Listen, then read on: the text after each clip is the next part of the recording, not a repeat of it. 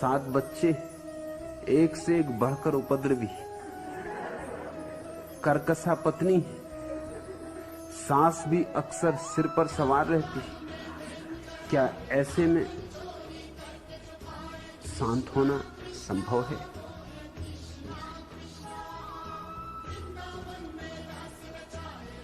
दयाराम,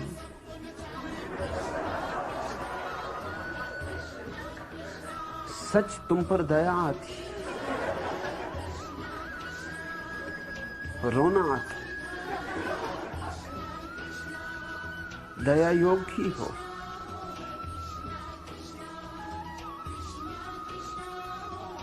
ये 7 उपद्रवी बच्चे कोई छप्पर से उतर आए?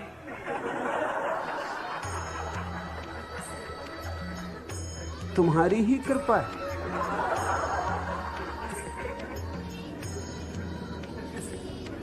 मैंने देखे तो नहीं तुम्हारे बच्चे, लेकिन बाप को ही गए होंगे।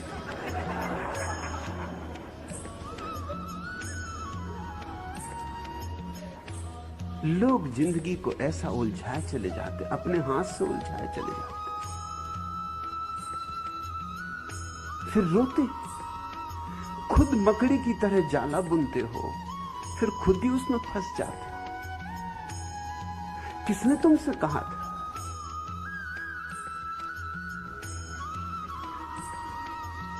दीवाल दीवाल जगह जगह लिखा है 2 या 3 बस।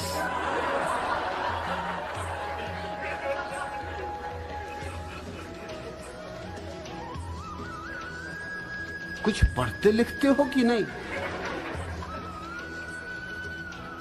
दीवालों पे जो लिखा है उस पर कुछ अध्ययन मनन करो।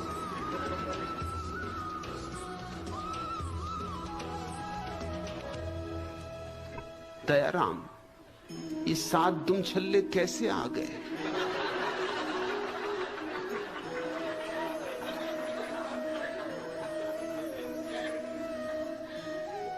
शायद सोचते होगे क्या करें, भगवान की कृपा है। अरे विधाता ने विधि में लिखा है। इस तरह की मूर्खतापूर्ण बातों से हम अपने को भरमाए रखते,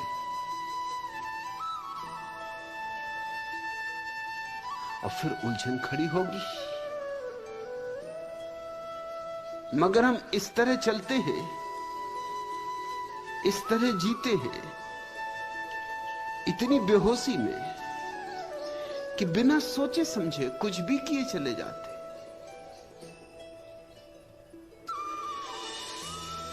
और फिर स्वभावतः समस्याएं तो खड़ी हो जाएंगी। अब तुम कहते हो मैं घर में शांत होना चाहूं तो कैसे हो? घर में शांति कहां?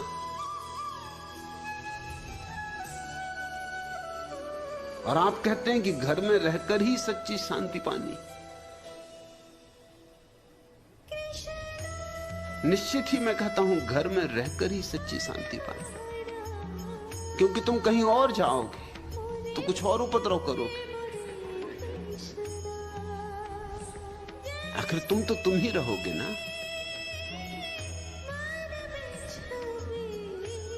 यहां तो कम से कम इतना उपद्रव हो गया है कि थोड़ा होश रखना पड़ेगा कि अब और ना हो जाए।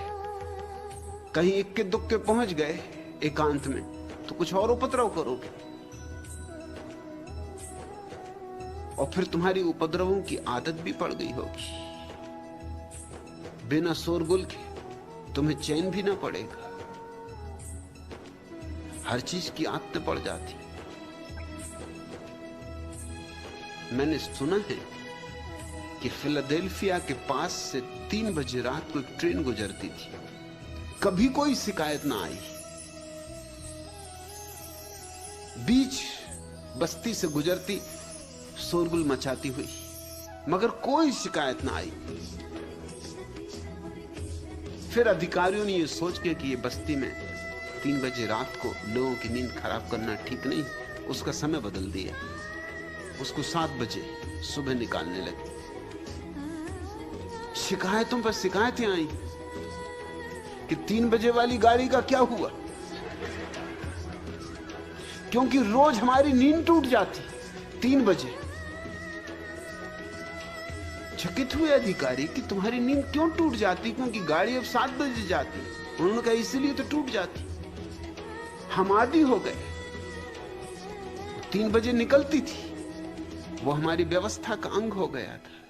अब वो 3 बजे नहीं निकलती, एकदम 3 बजे झटका लगता कि हुआ क्या, गड़बड़ हो गई, कुछ मामला क्या है। एकदम खालीपन हो जाता है वहां। मनुष्य का मन समायोजन कर लेता है। तुम कहते जरूर हो कि बड़ी अशांति है घर में, मगर इस अशांति को जरूर तुम चाहते होगे, नहीं तो पैदा क्यों की। और 8वें का ख्याल रखना, क्योंकि 7 तक अगर नहीं रुके तो बहुत मुश्किल है अब आगे रुक सको। क्योंकि कुछ लोगों की जिंदगी में ब्रेक होते ही नहीं। 7 तक नहीं लगा पाए तुम ब्रेक, अब कब लगाओगे? ये उपद्रव बढ़ता ही चला जाएगा। लेकिन मैं तुमसे कहता हूं, कहीं और जाने से कुछ भी ना होगा। तुम ही रहोगे। तुम फिर कुछ उपद्रव खड़ा कर लोगे। एक तरह का उपद्रव नहीं होगा तो दूसरे तरह का कोई उपद्रव होगा, मगर तुम बिना उपद्रव के रह ना सकोगे। अब यहां उपद्रव हो ही चुका है, अब नया उपद्रव क्यों खड़ा करना? यही मैं तुमसे कहता हूं। तुम अगर भाग गए दयाराम, तो फिर से आबासा से शुरू करोगे। यहां तो उपद्रव इतना हो गया कि शायद उपद्रव तुम्हें अब और करना मुश्किल हो जाए। उपद्रव ही तुम्हें रोके कि बहुत हो चुका, ऐसे ही बहुत हो चुका। फिर पहाड़ पर एक तरह की शांति जरूर मिलती है, मगर वो पहाड़ की होती, तुम्हारी नहीं। पहाड़ पर धोखा आ जाता कई लोगों को। एकांत गुफाओं में बैठे हुए योगियों को अक्सर धोखा हो जाता कि वो शांत हो गए, मौन हो गए, सब ठीक हो गया। उनको जरा ले आओ बाजार में वापस, और तुम पाओगे सब मौन और सब शांति वहीं पहाड़ पे छूट गई। बाजार में आते ही उपद्रव शुरू हो जाते। तुम्हें कोई गाली ना दे तो क्रोध ना आएगा, ठीक है। इसका यह अर्थ नहीं कि क्रोध मिट गया, इसका इतना ही अर्थ है कि गाली देने वाला नहीं मिल रहा है कोई। गुफा में बैठे हो, कोई गाली नहीं देता, क्रोध भी क्या करोगे? किस कारण करोगे? किस पे करोगे? लेकिन आओ वापस दुनिया में, यहां गाली देने वाले तैयार बैठे, अपनी अपनी गाली पर धार रख के बैठे। कोई ना कोई मिल जाएगा और एक क्षण में तुम्हारी सारी शांति, तुम्हारा सारा मौन, तुम्हारी सारी साधना छितर बितर हो जाएगी। एकांत में बैठ जाओगे जाके, कोई स्त्री नहीं दिखाई पड़ती, तो धीरे धीरे शायद सोचने लगोगे कि ब्रह्मचर्य को उपलब्ध हो गए।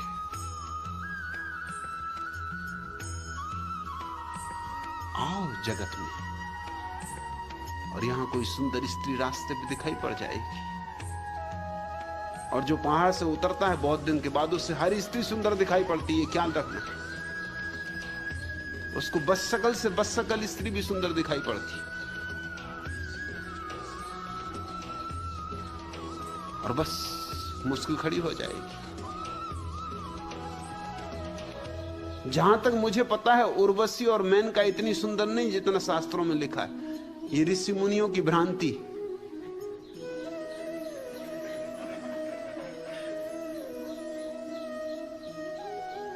ऋषि मुनि देर तक बैठे पहाड़ पर, बैठे हैं बैठे हैं बैठे हैं, कोई आते ही नहीं, कोई जाते ही नहीं। कई ऋषि मुनि तो बीच बीच में आंख खोल के भी देखते रहते होंगे, मेनका अभी तक नहीं आई।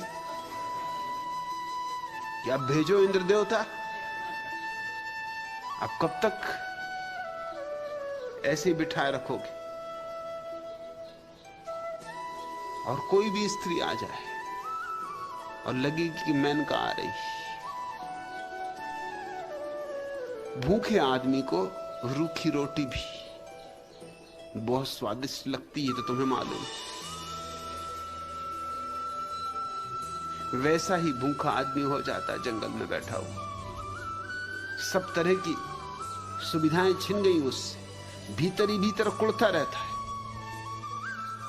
और ऊपर ऊपर से किसी तरह राम राम की धुन लगाए रखता है, क्योंकि अपने को बुलाए भी तो रखना है। शोरगुल मचाया रखता है राम राम का, ताकि पता न चले भीतर क्या चल रहा है। मगर इसको तुम शांति कहते हो? ये खो जाती जरा में, देर नहीं लगती, इसका कोई मूल्य नहीं। बाजार के घनेपन में अगर तुम शांत हुए तो तुम्हारी शांति को कोई भी न छीन सकेगा। इंद्र देवता भेजे मैन का, तुम कहोगे कि बाई आगे, घर की बाई ही काफी, कहीं और जाओ, किसी ऋषि मुनि को तलाशो। इसलिए तो ग्रस्तों के पास कभी मैन का उर्वशी आती नहीं, आगे करेंगी भी क्या, ऋषि मुनियों के पास आती।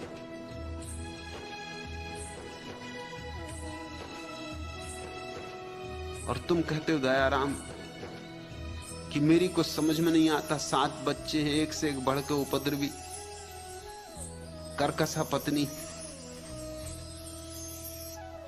पत्नी कर्कशा हो ये जरूरी नहीं, मगर सभी पतियों को पत्नी कर्कशा मालूम होती और सभी पत्नियों को पति दुष्ट मालूम होता है, दुर्भाग्य मालूम होता है। ये पति पत्नी के नाते के बड़े राज हैं। जो पत्नी बिल्कुल कोकल कंठी मालूम होती थी विवाह के पहले, वो एकदम कर्कशा हो जाती। वही पत्नी उसकी आवाज सुन के एकदम छाती दहल जाती कि फिर कोई मुसीबत शुरू हुई, फिर घबराहट फैल जाती। आदमी घर आता है तो डरा हुआ आता है, बाहर सिंह की तरह दहाड़ता है, घर आता है तो एकदम पूंछ दबा के कुत्ते की तरह प्रवेश करता है, डरा हुआ, और जल्दी से अखबार उठा के और कुर्सी पर अखबार के पीछे अपने को छिपा के बैठ जाता कि पता नहीं कौन सी मुसीबत। और ऐसा नहीं है कि पत्नी कर्कशा है,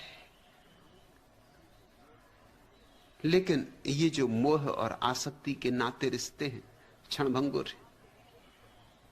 ये जो मिठास है ऊपर ऊपर है, पीछे सब कड़वा हो जाता है। इसमें किसी की पत्नी और किसी के पति का कोई दोष नहीं, ये सब नाते रिश्ते कड़वे हो जाते। ये ऐसे समझो कि जैसे एलोपैथी की दवाइयां होती, ऊपर से शक्कर का एक परत चढ़ा देते, बस गटक लो जल्दी से, मुंह में रख के चूसने मत लगना, नहीं तो जल्दी ही शक्कर की परत तो गल जाएगी और फिर जहर हाथ लगेगा। और लोग यही कर रहे हैं, पति पत्नी एक दूसरे को चूस रहे हैं, तो जल्दी ही शक्कर की परत तो उखड़ जाती और फिर भीतर का जहर प्रकट होने लगता है। तो इधर स्त्रियां हैं, पुरुष हैं, सजे बजे मिलते हैं तो एक बात, उनके पसीने की बदबू भी नहीं आती, उनके शरीर की बांस भी नहीं आती, उनके असली रंग भी नहीं दिखाई पड़ते, और सब मधुर बातें करते हैं, कविताएं दोहराते हैं, फिल्मी गीत गुनगुनाते हैं। वो कहता तू चांद का टुकड़ा है, और स्त्री कहती तुम जैसा सुंदर कभी कोई कृष्ण कन्हैया हुआ ही नहीं, तुम कृष्ण कन्हैया के अवतार। मगर ये ज्यादा देर नहीं चल सकता। ये विवाह के पहले ये सब ठीक, विवाह के बाद सब बात बिगड़ने ही वाली है, असलियत उघड़ने ही वाली, और तब पत्नी कर्कशा मालूम होती। ये वही पत्नी है जो कोकल कंठी थी।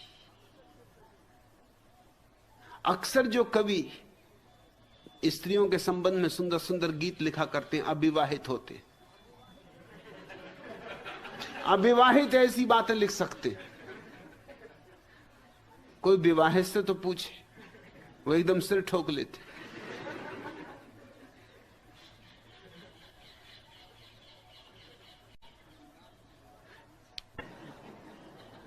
दयाराम, और तुम कहते हो कि सास भी अक्सर सिर पे सवार रहती।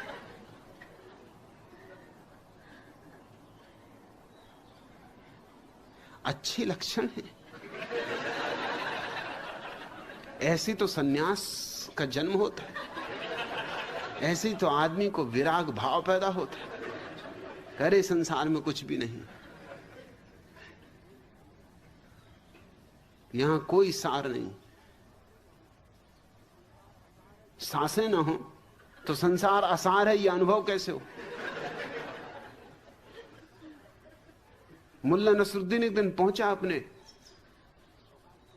पशु चिकित्सक के यहां और कहा कि मेरे कुत्ते की पूंछ काट दो। उसने कहा क्या कह रहे, इतना सुंदर कुत्ता, इतना प्यारा कुत्ता, इसकी पूंछ काट के इसको बर्बाद कर रहे हो? कहा तुम बात ना करो, पूंछ काटो, देर ना करो, जल्दी करो।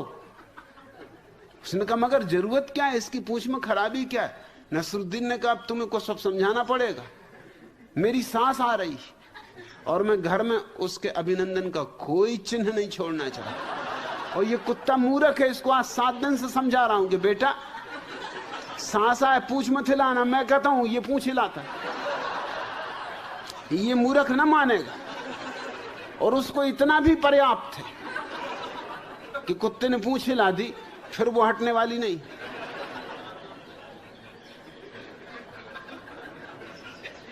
तुम्हारी मुसीबत दयाराम मैं समझता हूं।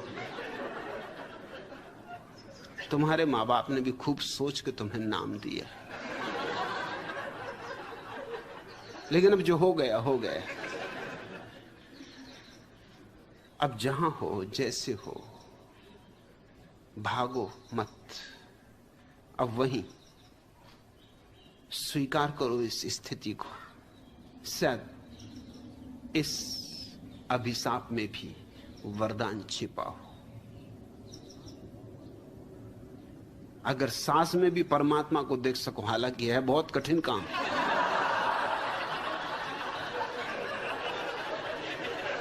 ऐसे लोग कहते सब में परमात्मा को देखो, वो भी नहीं कहते कि सांस में परमात्मा को देखो। किसी शास्त्र में नहीं लिखा है। शास्त्र भी छोड़ गए सांस को, सांस की बात ही नहीं उठाई। मगर मैं तुमसे कहता हूं क्योंकि मुझे तो शास्त्रों से उल्टी बातें कहने की धुन सवार है। तुम सांस में भी परमात्मा देखो, पत्नी में भी परमात्मा देखो, ये 7 दुम छल्ले जो हैं इनमें भी परमात्मा देखो। और ये सब परमात्मा ने जो तुम्हारे चारों तरफ सुविधा असुविधा जो कुछ भी समझो रच दी, इसी में, इसी के भीतर जागरूक हो। और मैं जिसको ध्यान कहता हूं वो कहीं भी साधा जा सकता है।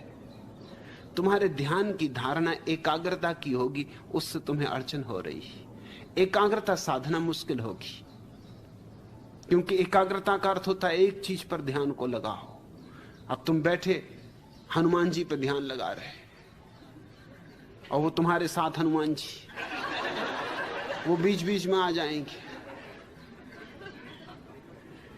कोई टांग खींचेगा, कोई हाथ खींचेगा कि डैडी क्या कर रहे, क्या आंख खोलो। लोग मुझसे कहे कि हम आंख बंद करके बैठते, हमारा लड़का आंख खोल के देखता कि डैडी जिंदा हो कि नहीं, कि बैठे बैठे आंख बंद हो गई।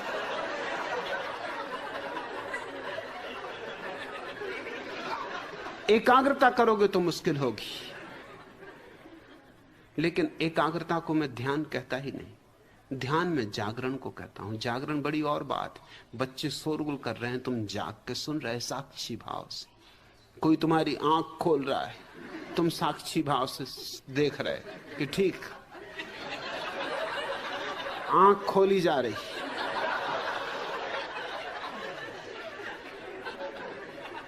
सांस पास से गुजर रही कि ठीक।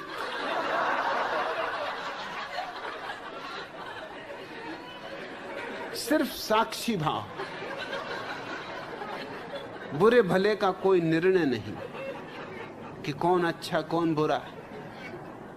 पत्नी चिल्ला रही तो ये कहने की जरूरत नहीं कि कर्कशा, क्योंकि उसमें तो निर्णय हो गया, मूल्यांकन हो गया। सिर्फ